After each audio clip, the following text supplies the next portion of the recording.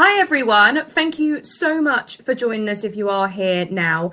I'm so sorry about the technical difficulties we just had. For some reason, the other session just wouldn't work for us, so I'm hoping we've got more of you coming across now and have followed the link to the new session. So without further ado, I'll get started. I'm so sorry again for the delay in the session. But thank you for joining us for this first time buyer webinar in partnership with BeWest. I'm Jade Turnstill from Share to Buy, and I'll be hosting today's session alongside Lauren Parfitt from BeWest, who will be talking all about shared ownership and some of the developments they have available in West London, before passing over to Bevin Woby from Direction Law, who will be offering information on the kind of legalities of buying a shared ownership home. So it's going to be a really interesting session. But just before I pass over to our speakers, I wanted to run through some quick housekeeping with you ahead of the session. Firstly, our speakers are going to run through their presentation before opening up to a live Q&A session, which will last around 10 to 15 minutes. So if you have any questions for our experts, please pop them in the chat tool to the right-hand side of your screen, where you'll see an icon with some little speech bubbles, and we'll get through as many as we can at the end of the session. So for those of you who are just joining now, I can see a few numbers coming in. Pop your questions for the Q&A session, which will be at the end of the session, in the chat tool to the right-hand side of your screen. It's also worth keeping an eye on the offers and files tabs on the right-hand side, as we'll also be sharing a couple of links and some downloadable content for you to engage with throughout the session. Also, today's webinar will also be recorded and shared with you, so don't worry if you happen to miss anything along the way. We'll make sure that you have access to the recording after the webinar has ended. And that's pretty much it for me for now.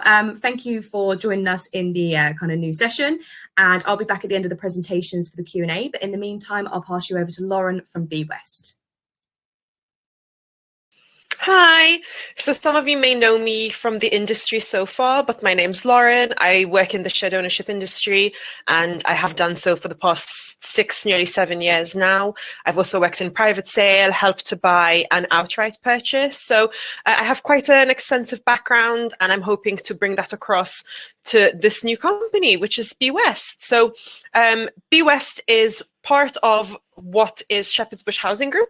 But they have sort of rebranded themselves as a separate team, with myself included in that team. So we're introducing BeWest, which is well-placed living. So who is BeWest? Very straightforward. So a lot of companies are moving from almost a council-led development to very private specialized developments. Some that spring to mind off the top of my head are sort of like Greenwich Corner, and then a lot of other developments in West London, like Acton is becoming very sort of popularized, so is Southall. So we're seeing a shift from a council-led development to a privatized development, and that's how BeWest was born. So it's a new brand for shared ownership and private sales within the 4 boroughs of West London. That's important to note.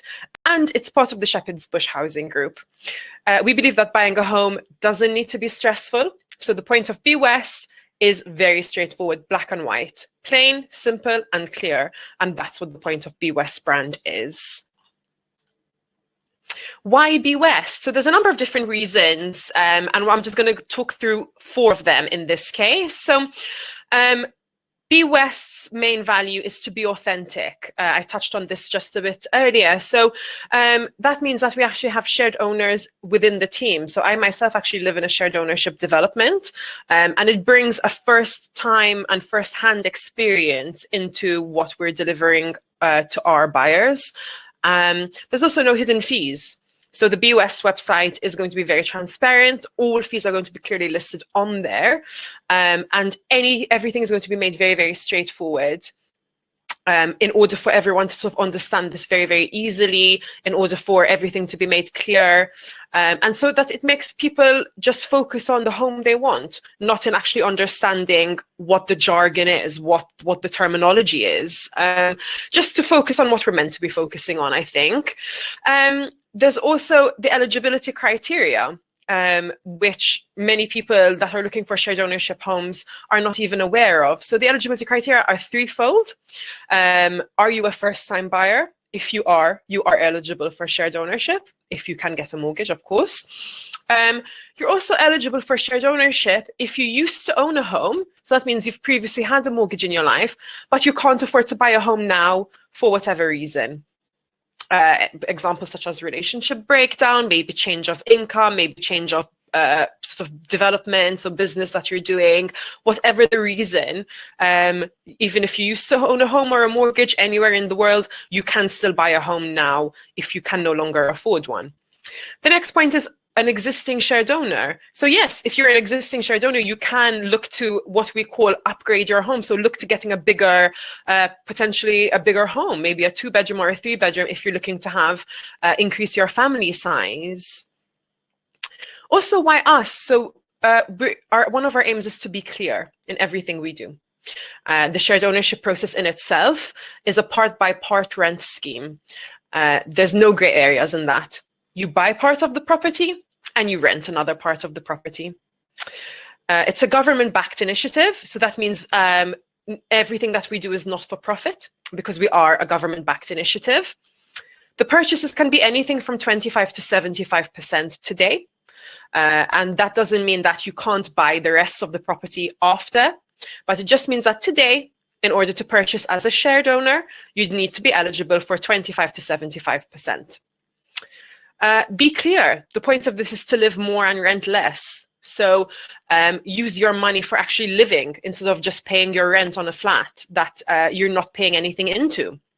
With shared ownership, because you're paying a mortgage, you can actually use those payments to buy more shares in your home without needing another deposit. So you're not throwing money away, you're actually reusing that in a different way. The deposit and costs. So we also make it very clear everything you're going to need on top of your deposit. So a deposit can be 5 or 10% of the share percentage you're buying. And also you need about £4,000 extra in total, and that's going to include legal fees, which I'm not going to touch on too much as my colleague will get into that in a bit.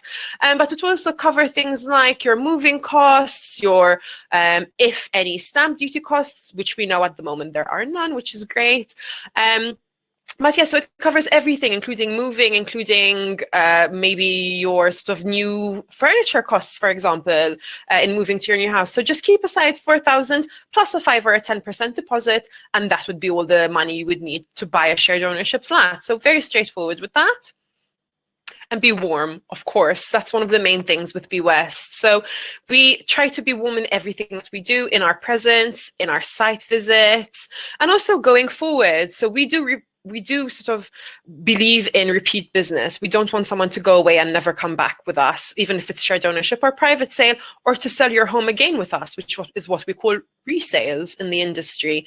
And it's all about providing that resident experience. So making sure that people are happy even later on in the date. So giving you the assistance that you need for customers and colleagues going forward, believing that the shared ownership product also gets you to know your neighbors better because you're buying into a development that everyone's in the same boat. And we encourage that. We encourage friendliness between neighbors as well.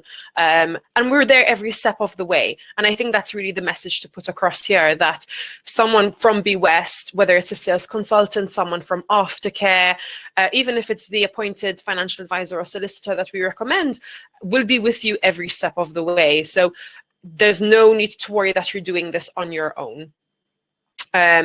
Also, the leasehold side of it, which is buying more shares, is what we call staircasing in the industry.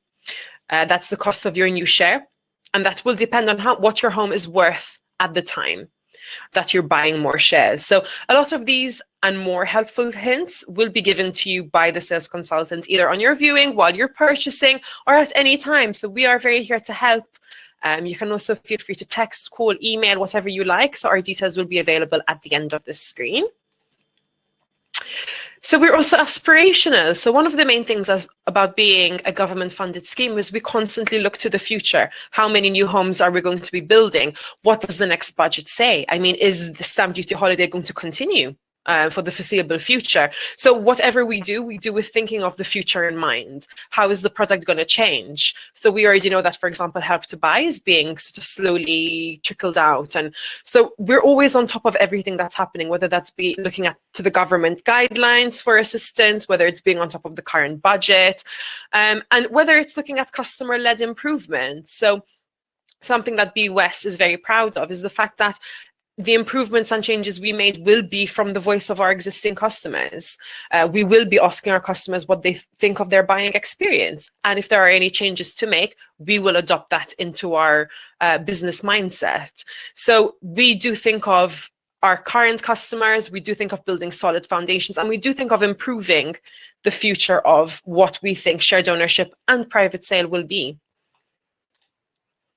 So this is shared ownership as a whole, and this is our ABC guide to buying shared ownership. So we'd like to find your home, register on the BeWest website, pass a financial assessment with a third-party independent financial advisor, and view and reserve your home. Viewings can be either physical, virtual, or by video. So there's 3 ways we can offer viewings to you at the moment.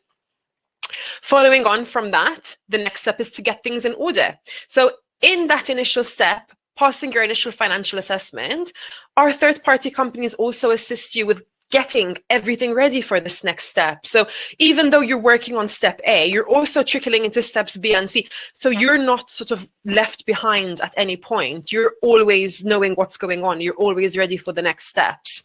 So getting things in order, your offer will be accepted. If you like the home, you can secure it on the day and it's instantly taken off of the market. You will be offered the home. Very straightforward. The same day that you're offered, you can choose to accept the home or decline. The full financial interview, as I say, this is just the second step of passing your financial assessment. And it's basically confirming that you are who you said you were in the first call, and just checking up those documents, passing those checks with you. And then obviously instructing your solicitors. So again, looking at third-party companies that we have vetted through the industry and we know are qualified professionals, such as Direction Law, who will be speaking to you shortly as well. The third step, you're in your home. So let the qualified solicitor and qualified financial advisors take over from there. Let the sales consultant take over from there. Put your feet up, relax. And should everything go well, 28 days later, you'll be exchanging contracts. Your property would have handed over from the developer and you would be completing, you'd be moving into your home. And even on that stage, we don't leave you high and dry after that. We're still there with you. So we'll provide you with things like home demonstrations on the day of your viewing, on the day of your completion, so that you can constantly check back on those. If you want to look after your boiler, if something goes wrong, you can't find your manual, but you remember about this video that you have, whatever it is, we're still there for you even after you've completed in your home.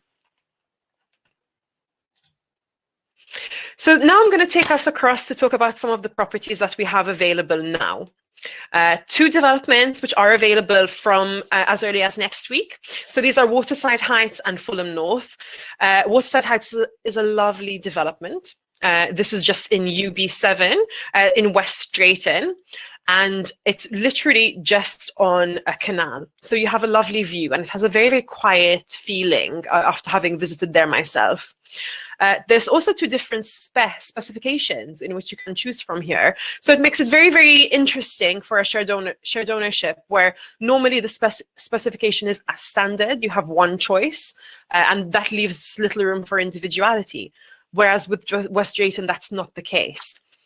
For more information on West Drayton, and if you do want to book a viewing, my colleague will put up the information in the chat now. So you can click on that, see more details, check prices, shares, etc., and book a viewing from there. I mentioned this earlier. So this is the Apex, which is in Fulham North, which I've just mentioned. And this is available for 2 bedrooms only, but this is available off plan. This is a very high quality development and it's definitely in a lovely area within walking distance of West Brompton Underground Station as well. The details of this should be found in the chat on the right hand side as well. So if you'd like to take a look at the floor plans, the price list, more images, you can do that on your screen on the right now. And then we have developments which are coming soon to BeWest, and both of these developments are coming soon in the spring. So we've got the Vale, which is in Ealing.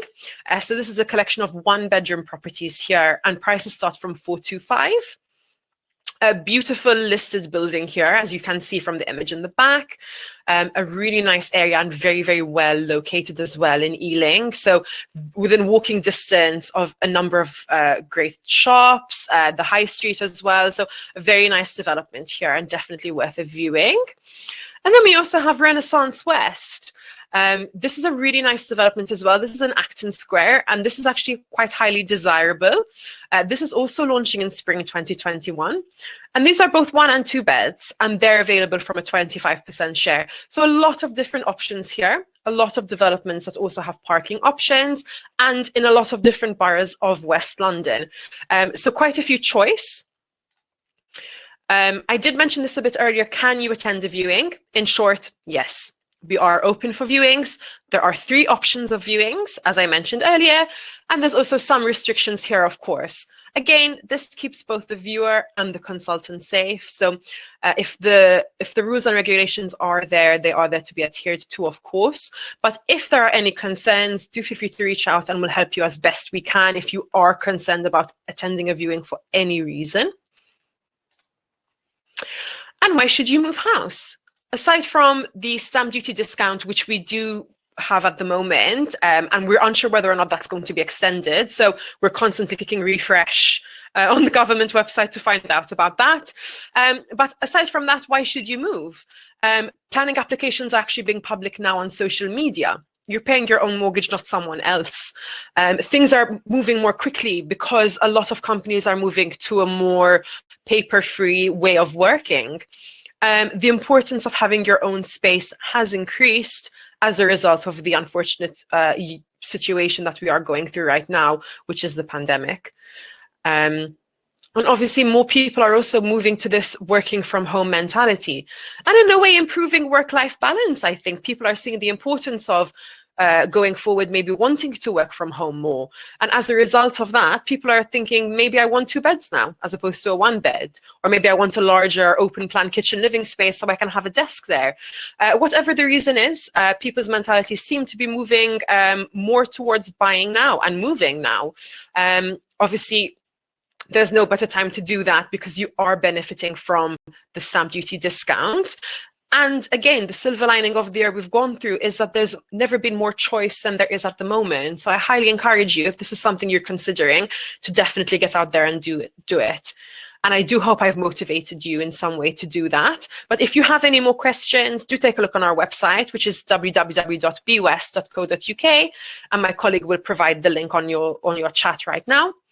And without further ado, I have mentioned my colleague Bevin from Direction Law a little bit, but I would like to introduce Bevin Woby, who will talk to you a little bit about more about stamp duty, more about the legal side of things, more about the confusion, and maybe put it to rest. Maybe make your minds more simplistic on what actually needs to happen in terms of your buying process. Because I promise you, it is easier than you think it is. But without further ado, I'd like to introduce you to Bevin Woby from Direction Law.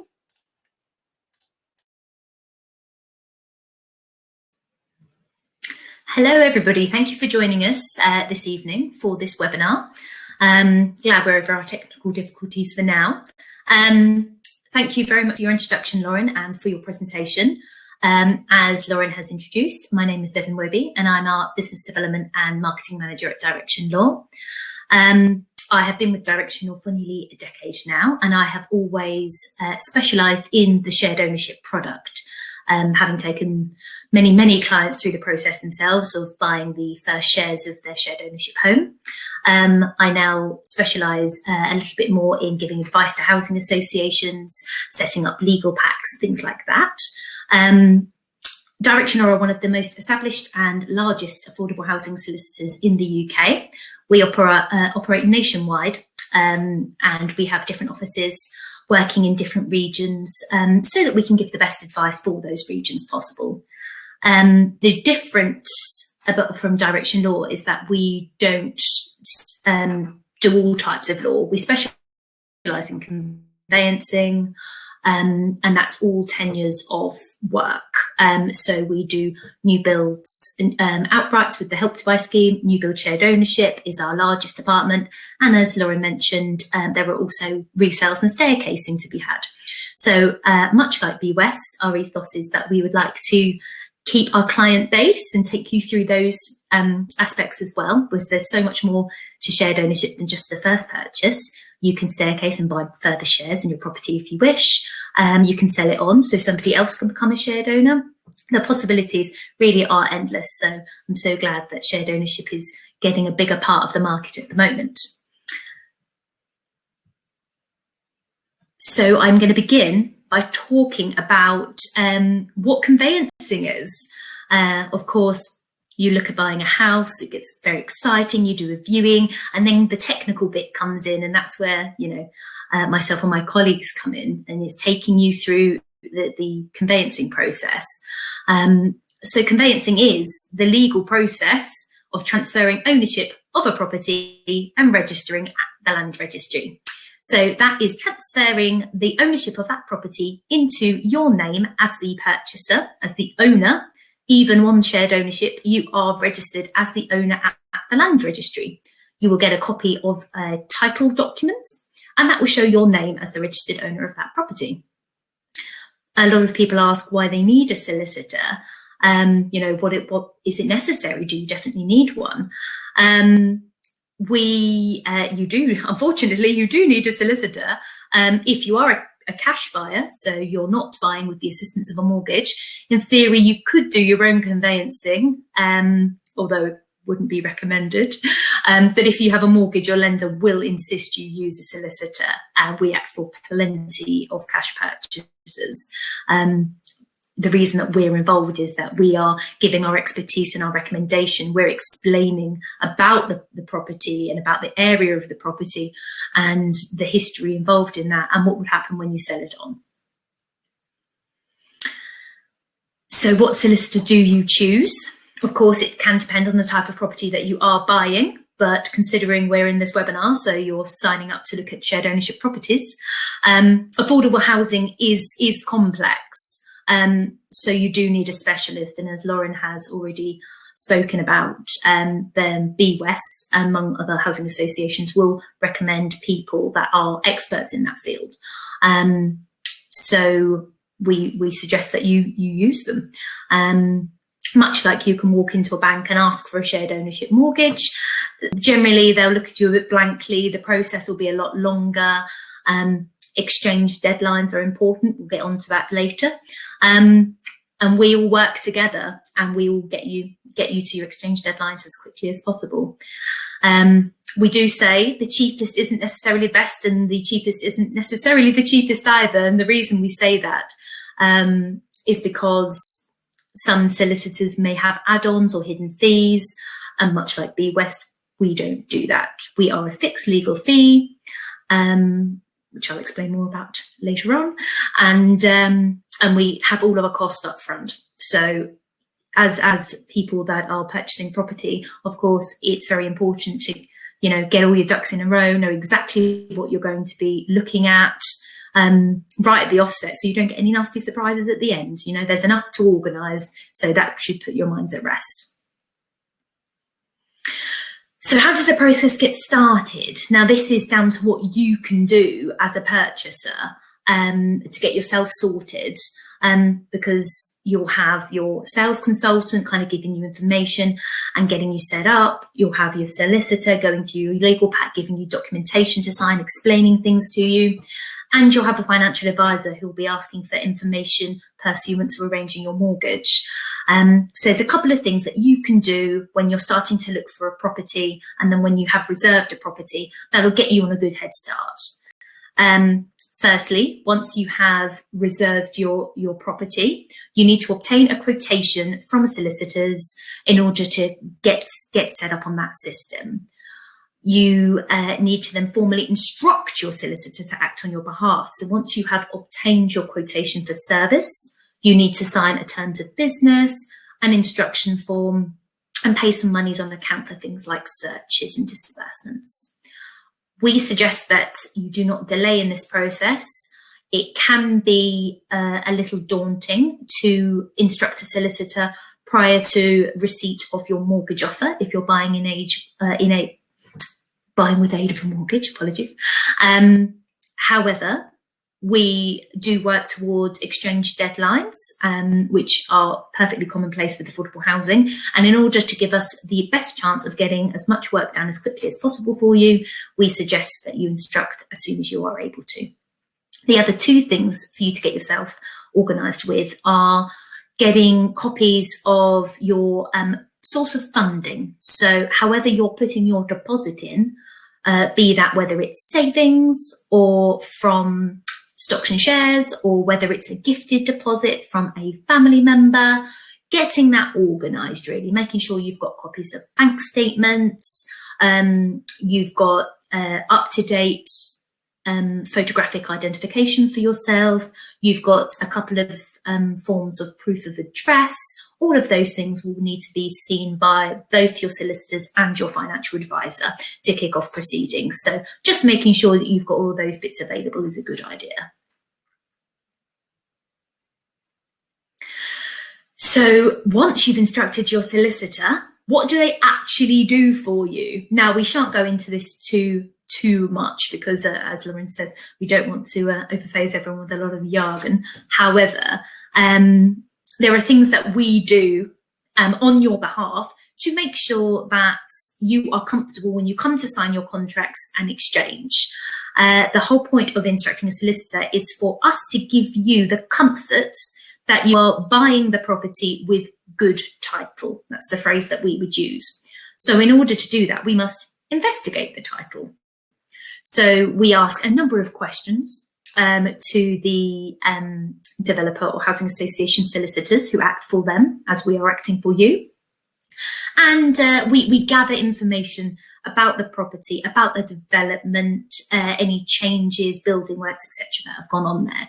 So, you know, whether it be freehold or leasehold, house or a flat, really, whether it's whole or part of title, whether there are particular reservations and rights. So that's things like shared access way information and who maintains the roads in and around the developments, things like that. Covenants, that basically means things that you can and can't do. And then we agree on the final form of lease. It's a new build development, so we will ask all of those questions and make sure that we can give that comfort to you as a purchaser for when you sign your contracts. And we thoroughly check the lease, and between us and the housing association solicitors, we agree the final form of lease that will go forward to the land registry to register you when you complete. A little bit more about what we do. You'll have heard commonly the phrase that gets thrown around are searches, how much a search is, you know, what do you search? We at Direction Law for new build properties order two main types of search. A local area search, which does pretty much what it says, it searches the local area. These searches are maintained and provided by the borough councils. And they've got access to all of the planning, you know, history and things like that, building regs information. So we double check the results of the local search. We give you any information we think is important when we report to you with your contracts for execution.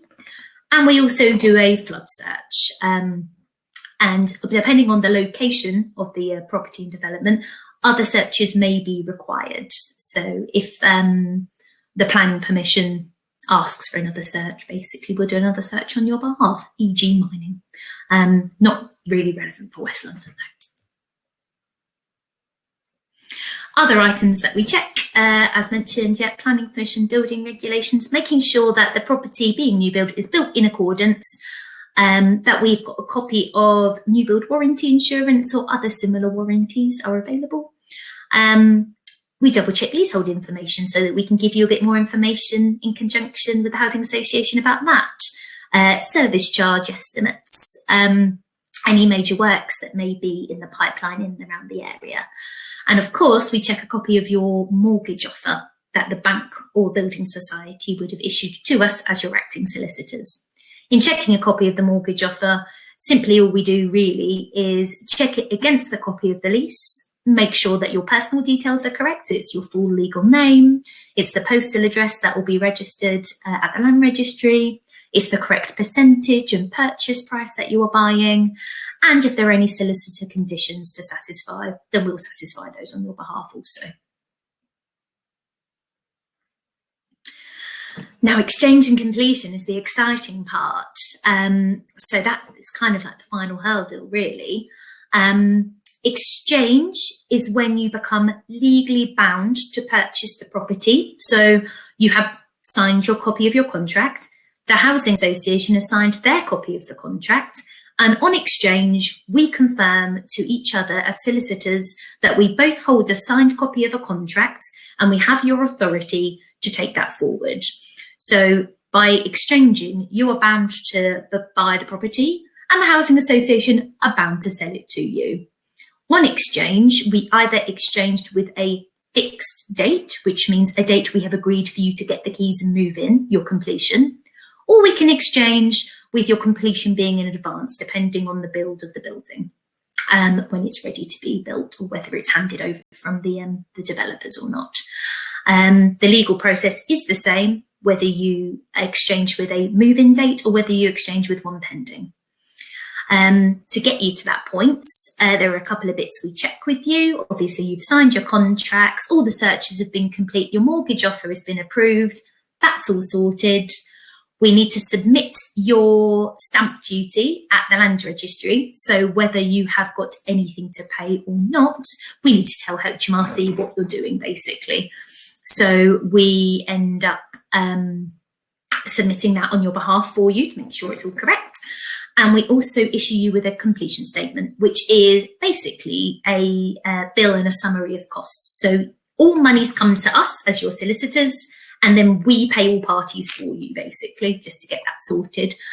So any bank transfers, we pay HMRC, we send the final figures and monies over to your housing association solicitors, and obviously there'll be our legal fees as well.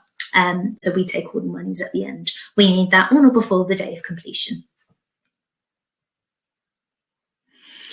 So the $1 million questions that we usually get is, how long will the process take? As Lauren mentioned in her presentation, about 28 days is a usual exchange deadline for affordable housing. So hopefully with legal packs all being sent and reviewed, we're already in the process of doing that for some of the developments now.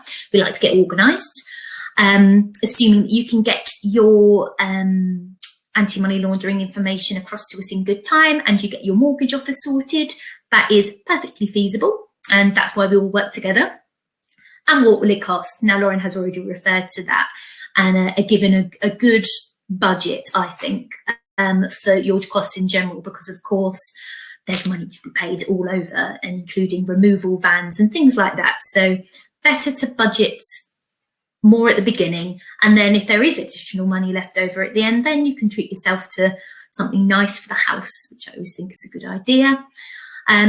Our fees for any shared ownership purchase at any percentage is a fixed legal fee at $695 plus VAT. We do have a downloadable document, as Jade referred to at the beginning, and that does have information about our legal fees on there, and it also does have a hyperlink to our new business team, which are the team that deal exclusively with quotation and getting you instructed and your file opened with us for further progression.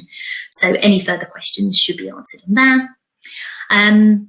And as I say, the most important thing is use specialists, use people that understand the shared ownership product, who will meet your deadlines, who will work with all the other parties involved.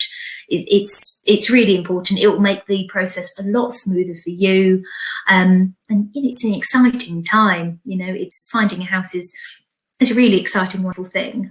For whatever reason, fresh start. We need some positivity this year. So all there is left to say on that aspect really is happy hunting. Hope that you can find something that suits you in the developments that Lauren has referred to already. Many thanks. That was great. Thank you so much, Bevin. So we're just going to get Lauren back as well, and I'm just going to close the presentation for now. But thank you both so much. That was loads of information, really thorough. I think people are going to have taken away a lot of information from there. Hi, Lauren. Good to have you back.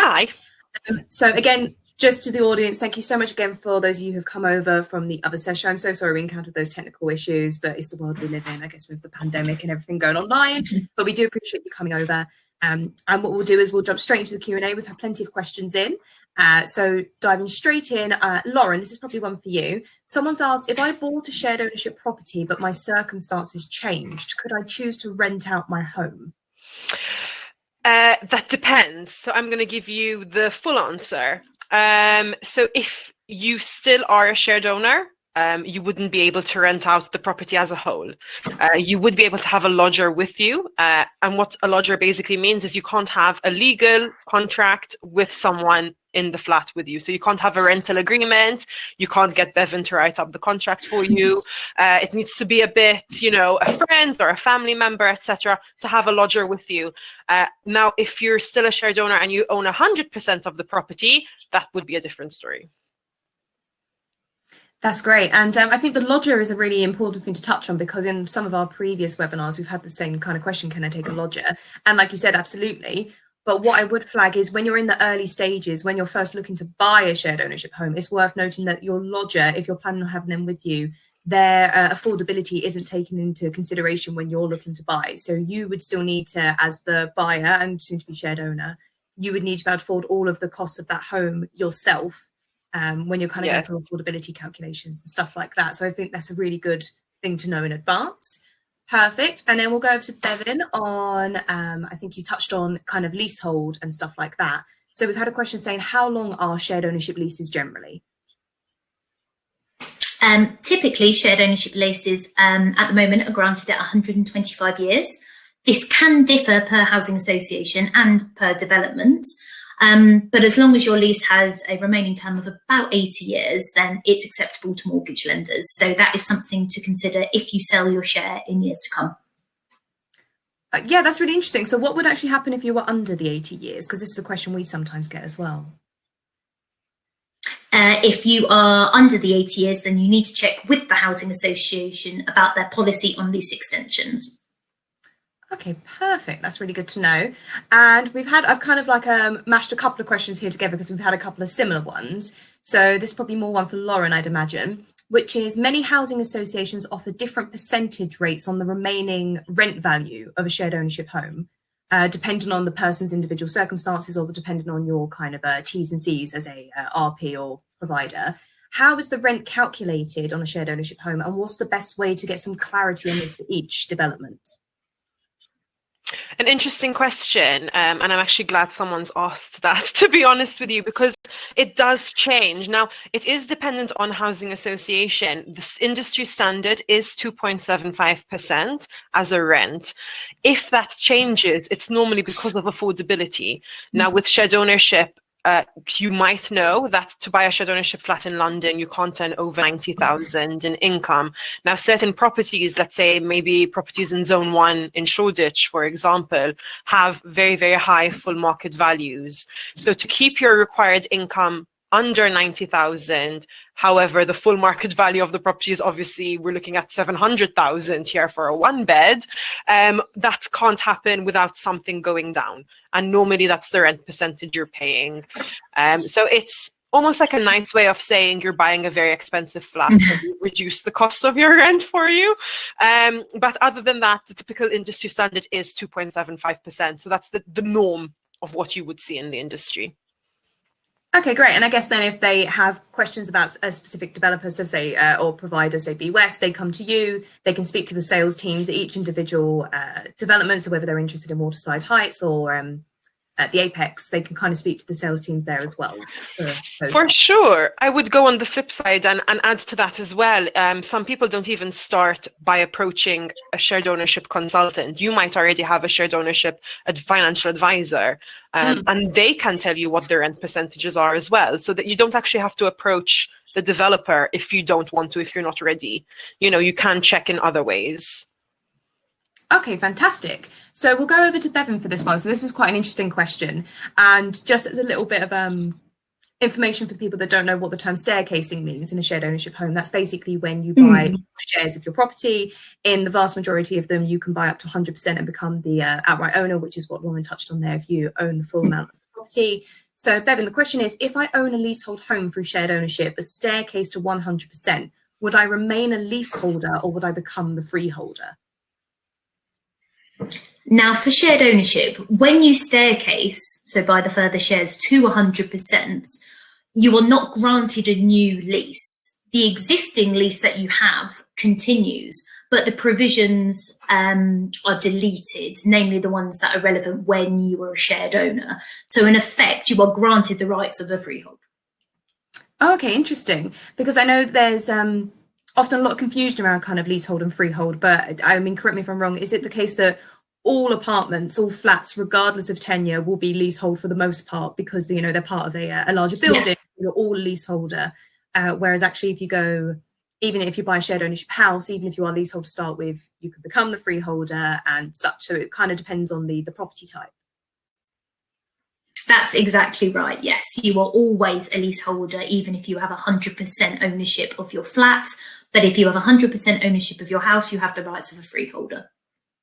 Fantastic. So that's really good to know. Just having a look, scooting through these questions. Don't want to ask you many repeats. So a bit more of a kind of general question around how COVID-19 has affected the buying process and if you've seen an uptake in shared ownership homes since the pandemic hit, which is quite an interesting question, but it's a big question.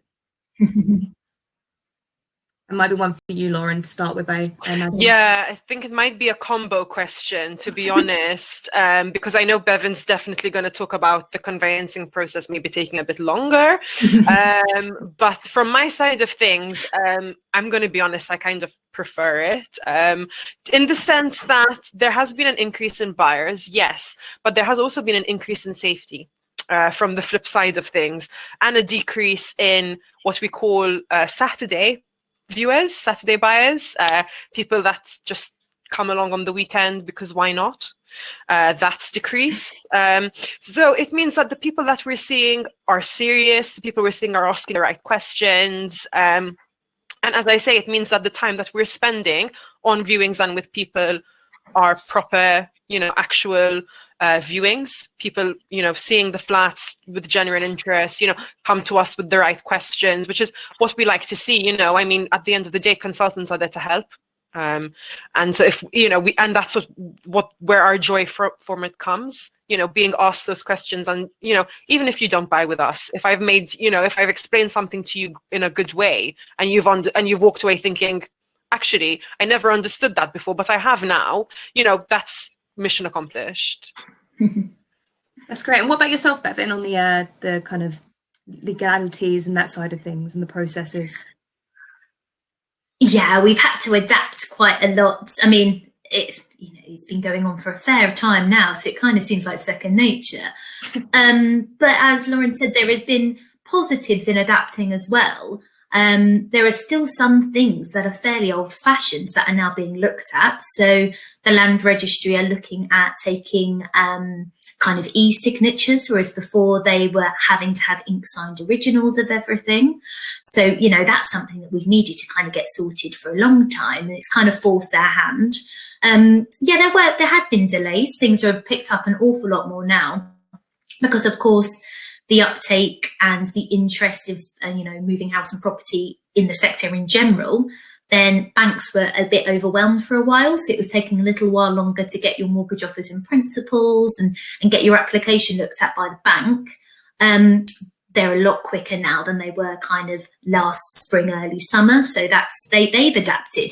I think that everyone's had chance to sort out a lot of their back office things that were perhaps, you know, a little bit slower than they needed to be. And they're as speedy as they can be now. So I think it's actually been very useful for the sector in general.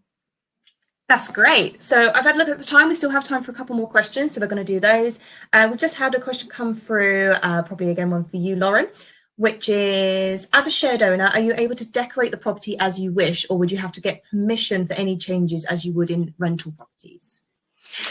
So this is one of my favorite questions, purely because as I've touched, I do live in a shared ownership flat myself, and this is one of the things I was dying to do up until the day I moved in, which is get all my artwork on the wall. And I did it because I have a shared ownership flat now and I can. So I was so happy. I had, all these paintings, stocking piling up, and I just wanted to get them on a wall because it's part of my personal character. And that was one of the things I couldn't do when I rented the flat. I couldn't go making holes in walls because Lord knows how I was going to fill them again when I had to move out. So it was one of the things that I was so pleased that I could do. I maybe made one too many holes in the wall, but in a good way. One thing I will say is be careful with your redecorating. It might not be to everyone's taste. So if you're looking to sell again, maybe think of making it a bit more neutral in terms of, at least for the pictures. The only restriction is you can't make any changes that affect the structure to your home. In short, you can't go turning a 1-bedroom into a 5-bedroom.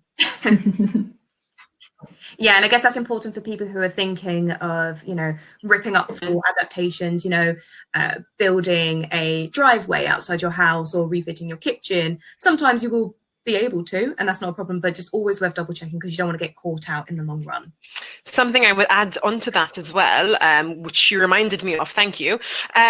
If you are actually making any changes yourself, so you're investing your own money in your home, it is in your interest to let the housing association know, purely because if you come to sell your flat and you've put in a 25 grand new kitchen, I don't know, yeah, roughly. And I don't know, a 50 grand new bathroom, whatever, and your housing association has no idea, then they can't add that to the cost of you selling your home. There's no proof. How am I not going to know in 25 years that that wasn't the kitchen that came with the flat? So, there's certain things that you need to consider when you're making the changes. And my motto is letting the housing association know something extra is better than letting them know something less. That's fantastic. That's all really, really good points, actually. And then how will stamp duty work when buying a shared ownership home then? Well, in short, the rules revert to what they were before the stamp duty holiday was introduced. So we're looking at July last year. Now, of course, that could be subject to change. As Lauren said, we're all kind of waiting on tenterhooks to see if it will be extended. Many people and groups are lobbying for that to happen. As kind of our circumstances have changed again and lockdown has been reintroduced, we think it's only fair that perhaps people get a bit more of an opportunity that they may have missed out on because of personal circumstances. So fingers crossed, but at the moment, it reverts to what it was before the stamp duty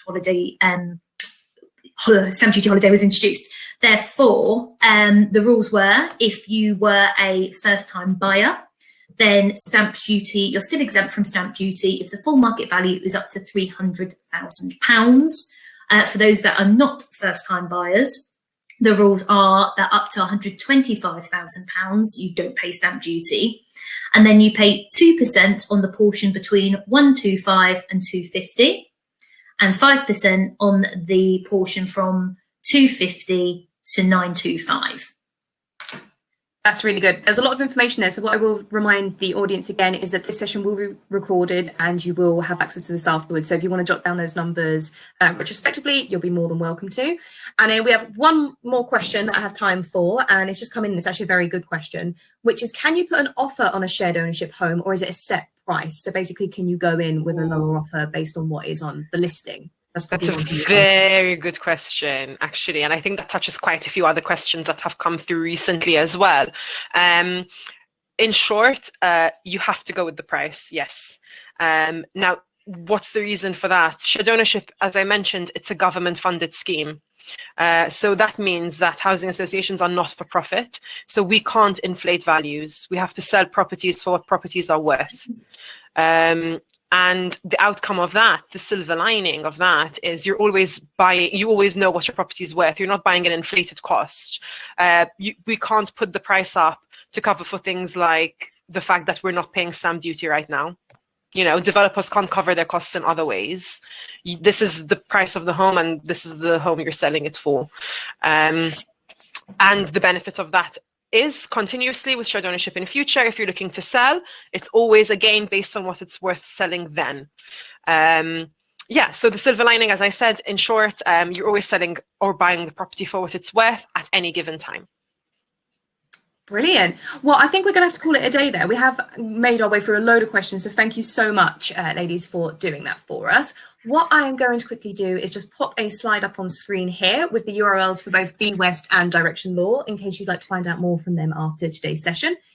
So that's basically it for now. I just wanted to say a massive thank you to both Lauren and Bevin for joining me today. You've done a really great job, and I think you would have helped a lot of people who are just starting out on their journey, especially.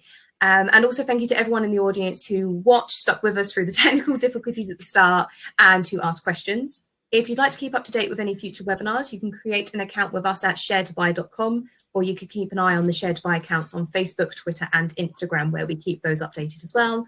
But until next time, thank you again, and I hope you all have a lovely evening. Thanks. Bye. Bye. Bye-bye.